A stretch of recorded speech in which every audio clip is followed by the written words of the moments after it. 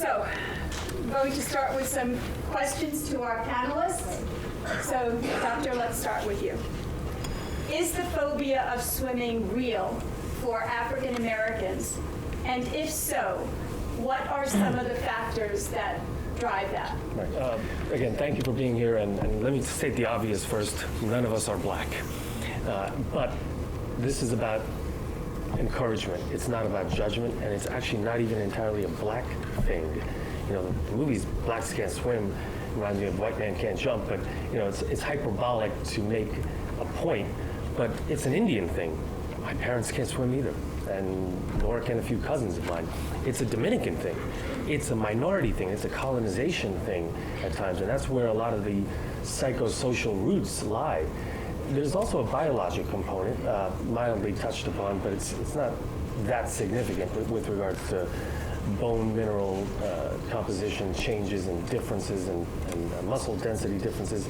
It's slightly more significant in black men and women, heavier rather. But the nature there doesn't outweigh the nurture. So, you know, the phobia is real, and it's ironic actually that any of us are phobic of the water at all. I mean, we all come from fish. We all were fetuses at one point, but we were all swimming in our, you know, evolutionary lineage. So it's weird that we have to relearn something we actually belong in. But you know, that aside, the phobia is real based on statistics. In the black community, it's 70+% at times do not know how to swim. And much of that is related to the epigenetics, and what that term means is that the fear that I have is passed on to my daughter, and vice versa, and it continues in a funnel-like pattern where, you know, fear continues generationally. Introduced, of course, by slavery. If you're subjugated, if a black person can't swim, he can't escape. And then it's propagated through subjugation after that, right? Pools discriminated against, clubbed if you even get near a pool.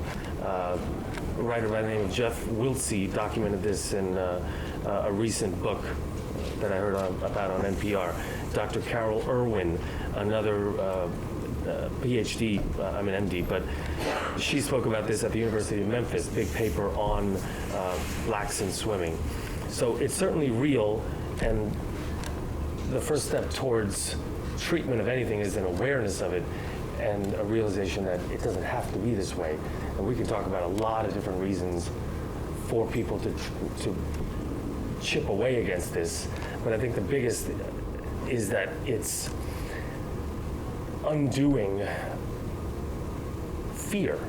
And if we can undo that, we can have a lot more fun, period, because fear generalizes. If you're afraid of one thing, you're likely to be afraid of another thing or be reactive to another thing later. So if we can do this for people, it's just going to be a lot more fun. So that's the long answer. I hope I've answered some of that. Okay.